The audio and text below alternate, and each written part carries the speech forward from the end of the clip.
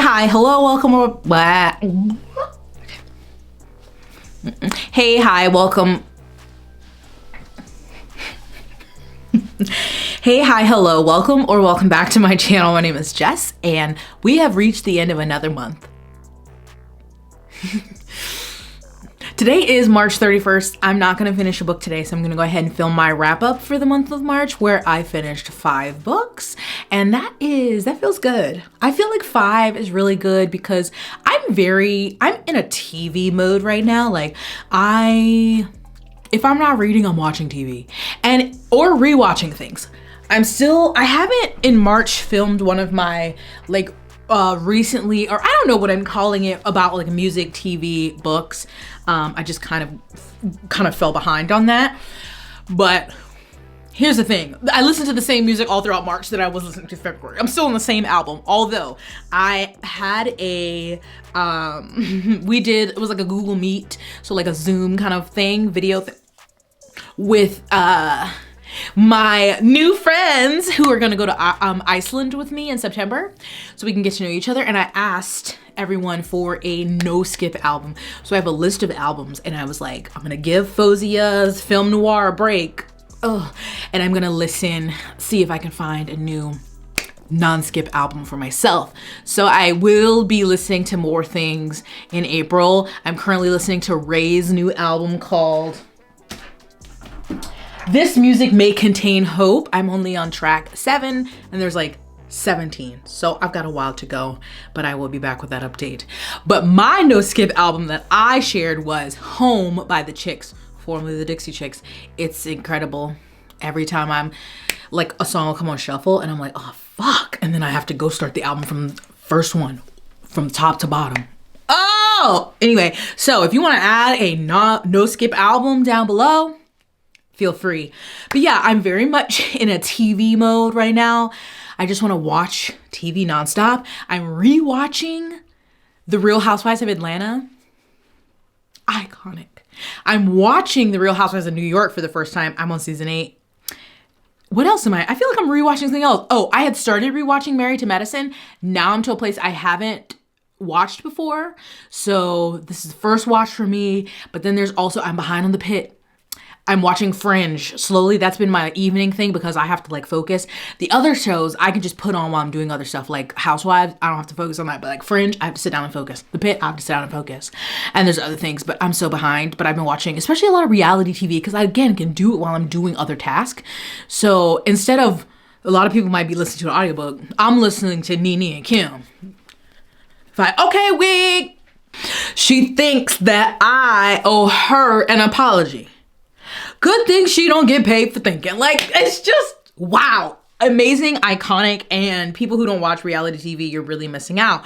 Anyway, that is not the point of today's video, but I just had to talk about it because that's my truth. That's what I'm doing. So I'm still really proud of getting in 5 books while doing that, plus all the other things involved in life. So 4 of the books I will go through and tell you about my thoughts. One of them I will be saving, and that is Pride and Prejudice. Yes, I read it for the first time in 2026, but I'm doing a larger project. It's stemming from my read, watch, review that my patrons voted on.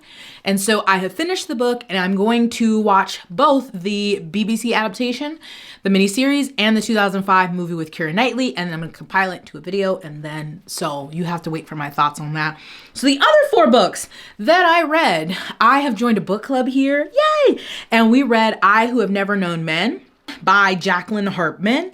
And I was between a 3 and a 3.5 with this book. Really, if there was no book club discussion, I would give it a 3. I feel like a 3.5, which you could bump to a 5 or 4, I guess. Sorry. You're right under this window. Is it snicing again? Look. I've been calling it snow ice, but I don't know if it's hail. It'll be sunny and then this, and then sunny and then whatever. This is spring. Okay, I was feeling warm, but now I'm chilly. I swear they don't make things with black girl hair in mind. No, they don't. I know, Jessica, why would you think something Patagonia? Shut up, okay? Or they don't think about big-headed people. What is going on here? Okay, could you shut up, please? I'm trying to film. I think that this discussion kind of leveled up the rating for me. But if I'm being honest, just about the book itself, I think it's just really a 3-star. I think this is... So this is translated, originally written in French. And it's a dystopian novel where we have 40 women who are living in a bunker. They have these male guards, and they just have the same routine day in, day out. They never leave the bunker. They never get to go outside. They bring them food. They bring them water. They just have very limited supplies down there, and they're just kept, and they don't know why. They're varying ages. Our narrator is the youngest of them. They basically call her the child, I think. Like, we don't ever get a name for her, and she doesn't remember a life before, and so they assume she got there when she was fairly young, and I think she's maybe in her teens when the story starts. But the other women have had lives before, and they do remember some of it, but not all of it. So there's theories that maybe they're being drugged, but they do have some recollection of life beforehand. And so they had experiences, they had jobs, I think they were married, they had children. And our narrator never did. She was too young. And then from what her life was before the bunker, she can't remember.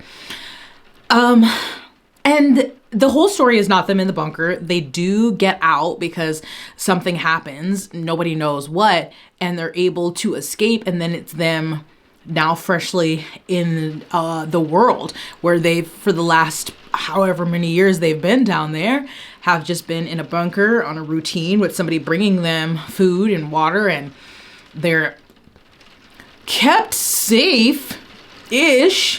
They're protected from the outside world. And so the book really, there's not, I was gonna say, I don't feel like there's much to spoil, but it came down really to, for me, the biggest message I got from it was like, what makes you human? Like, really a person, and that's community and like experiences and all of the culmination of all the things that happen to you and things that you experience. And I think it was interesting that the narrator never had a name, because it's like, she wasn't a full person. Not saying she wasn't a full person, but she just never had a chance to live a full life. Her whole life was basically in this bunker, and then she gets out. But of course, this world is like not one as the women who are older, not the world that they knew. It's different. And so there's the challenges that come with that, but then also they're all women. So you're seeing this like little miniature matriarchal society,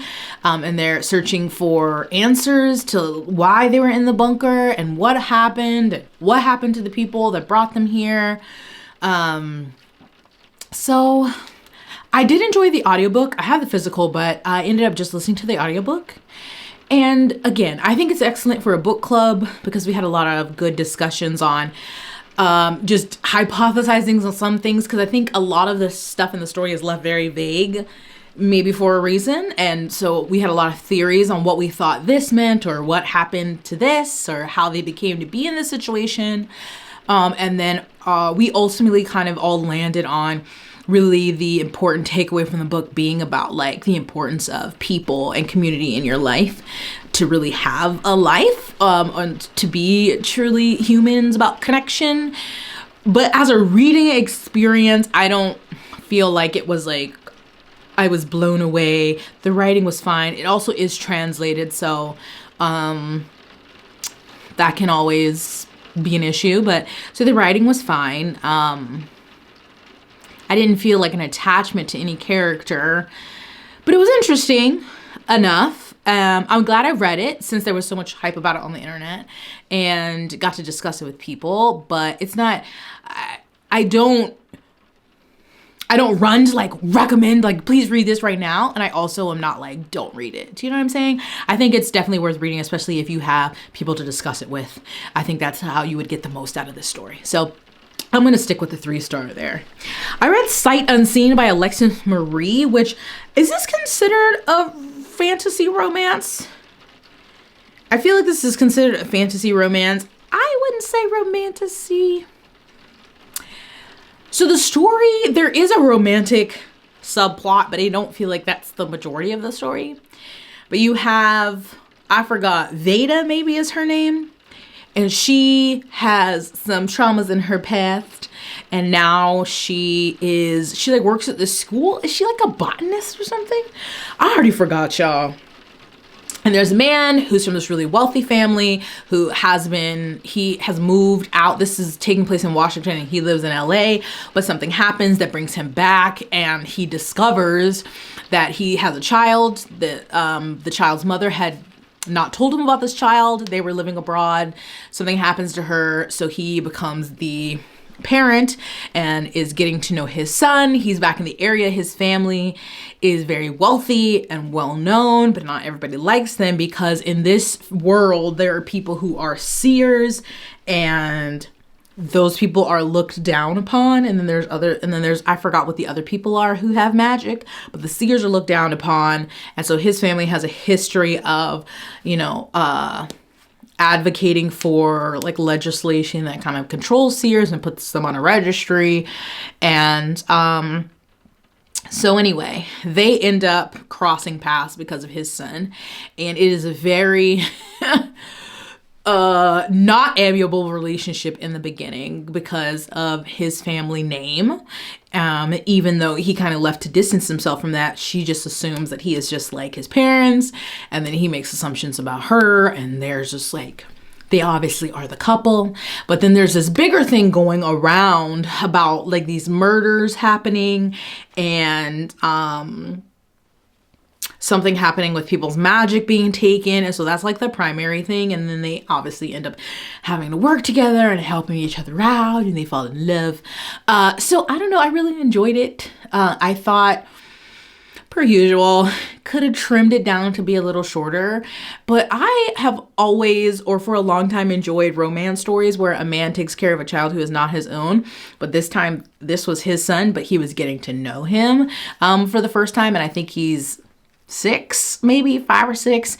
And so that melted my little heart there. And then her, the role that she's playing in the little kid's life, that was really sweet. I don't know. I don't want children myself, but reading about it, sometimes it depends. Now, I don't always like a romance book to be in a pregnancy, like no. But if the kid already exists, then I'm usually like, oh. And so that was really sweet. So I thought the world building was interesting and I liked the characters and I thought the plot was interesting. Kind of does slow down in the middle, so that could have been trimmed out. But overall, I had fun. I gave it 4 stars. It wasn't like the greatest thing I've ever read, but in the realm of things that have been coming out of fantasy with romance, again, I don't consider this romantasy. It felt more like fantasy romance. This is definitely a better one that I've read. So I really enjoyed it. Okay, I read Obstetrix, which hasn't come out yet, by Naomi Kreitzer. Comes out in June. It's being published by Tor, and it is, I don't know, is 208 pages a novella? I can't remember, but I saw Angela was reading this and then I read the premise, and I've read 2 books by Naomi Kreitzer before that I really liked. So I was like, this sounds really interesting because it's basically a doctor, an OBGYN is charged because she gave a patient an abortion that was like medically necessary. And so of course I felt very topical right now, but then something happens to the doctor. And then she is one of the few like obstetricians in the area that she lives in, which I think is North Dakota. And then she's kidnapped. So I was like, oh my God. And so that's really the beginning of the story. Like she's kidnapped, kind of like first chapter, and she's living with like this crazy religious kind of cult group. And it's very short, so there's not a lot I can say that's not spoilery, but I just thought that the way we started off really strong, it was going to be something more, I don't want to say more profound, but it just felt like I was waiting for something else to happen. And we just really get the beginning her getting kidnapped, and then the initial part of her getting there, which is like, okay, like, where is she? What is this? What do they want with her? But then it just kind of fell into like her daily life there. And then it just like ends really abruptly and it wraps up really nicely. And so it just felt like there never was, not like there wasn't a plot, but it really did kind of just feel like she got kidnapped. She was there. It ended. I just expected more from it. Having it saying like categorizes horror, science fiction, thriller. I found like, yes, it is horrifying. That she was the last obstetrician and that she was being persecuted for providing a medically necessary abortion. That is horrifying. And then being kidnapped, she's in like this religious cult that has taken her. So I guess that is horror. But nothing was really thrilling about it after that first part. I don't know. I just felt like I was waiting for there to be something different, something new done with the story. I'm not saying that this exact thing was written before, but it just was like, okay, what are you saying? It just didn't have a lot of substance to me. I gave it a 3.25. It was fine. And even though it was short, it felt too long just because the part in the middle, I was like, okay, like she is like trying to figure out, scheming how to get out of there. And then the ending is like, I swear, a chapter. And you're like, oh, okay, that was it. So I just, that was fine. It was fine. Like this person said, I thought this was going to be a banger of a sci-fi horror kidnapping, but it was almost YA. It was so tame. Now I won't say almost YA, like you can leave the YA part of it out, but it was just very tame. And I thought it just would be more, I don't know, edgy, aggressive, like, I don't know, something stronger. It just didn't give. I didn't give that. And then the last one I read, which is actually the first one that I finished in March, was Dominion by Addie E. Kitchens. When I finished this book, I was like, I think I'll give it a 4-star. And I did a vlog with this book, which I'll link. And the more I talked about it and was editing the vlog, I was like, wait, this is... And so I was like 4.5, round it to 5. I changed my mind.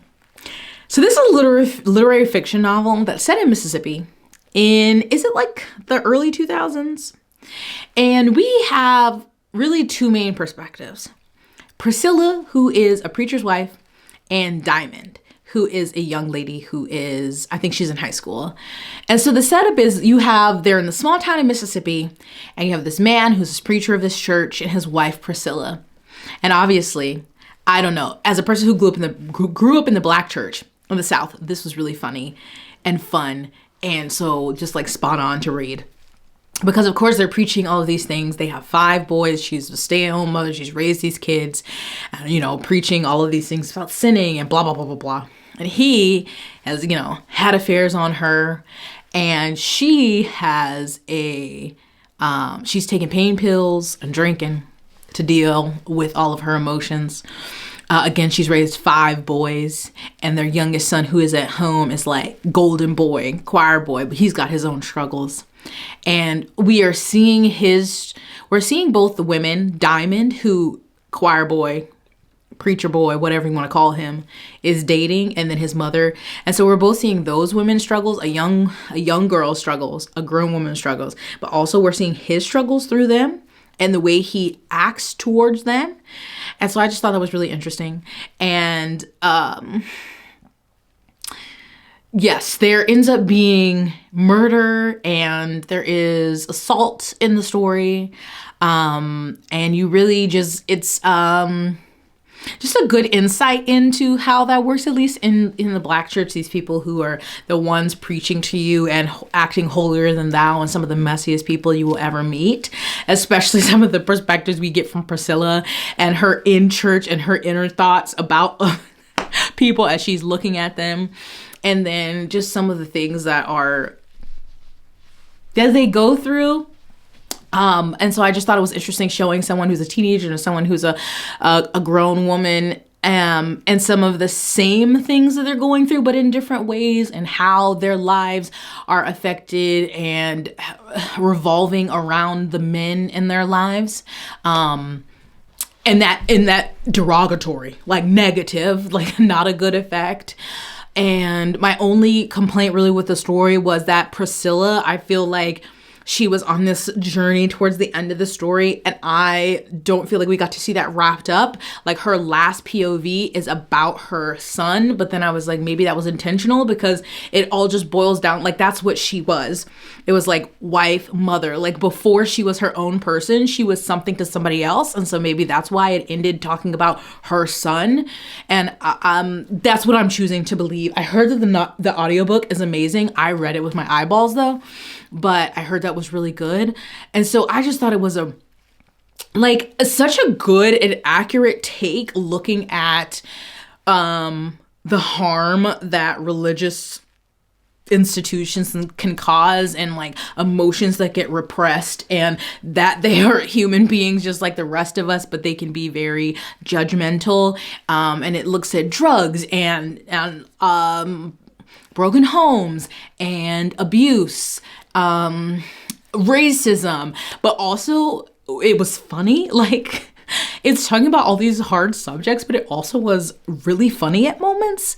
And it's also not a super long book. I don't know. I just think it was really well done. I have not read something like that in a really long time that was like good commentary, fun to read. And that's another thing that I was watching an interview with the author, and I think the audiobook is so good because she talks about, I can't remember how she said, but she like wrote it in a certain way so that it's like kind of spoken, like not spoken word or something.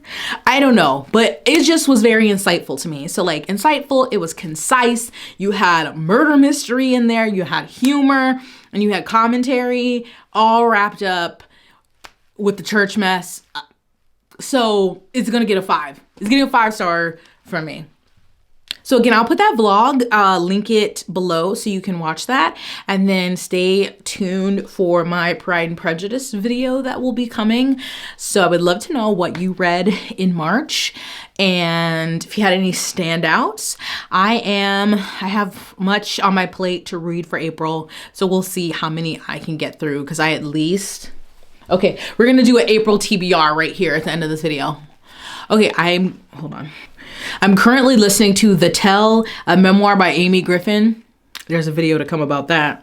And then I have an arc for The Tapestry of Fate by Shannon Chakraborty. And so I have started that. I'm buddy reading that with Bray. I also am supposed to be reading Braiding Sweetgrass for the book club here. Now, I started that book years ago and I ended up just putting it down at the time. So I have the audiobook and I need to start listening to that for book club. And then I also started a science fiction novel called More Perfect, I think, by Temi O, which is essentially about a world where it's like 20 years in the future. 20 years, I think. And it's basically about the panopticon, but like in this world, everybody basically has kind of like an implant where everyone can see everything and all the things going on. Like it's kind of like a digital thing. And we have like an outsider who doesn't have one, but then everybody else has one. I'm in the very early parts of it, but I read Do You Dream of Terra 2 by Temi O, and I really enjoyed that. So I'm hoping that this one is just as good. And that's what I have going now. Who knows what else will pop up, because also for book club with Patreon, I will be reading The God of the Woods by Liz Moore, which I hear either it was dull and boring or oh my god, it was so amazing. So we'll see where I fall. So if I could finish another 5 in April, I would be happy. Any more, of course, is always wanted. Anyway, let me know about your March reading. Thank you so much for watching. Stay blessed, hydrated, moisturize. Stay blessed, hydrated, moisturize, and sunscreen. I'll see you in my next one. Bye.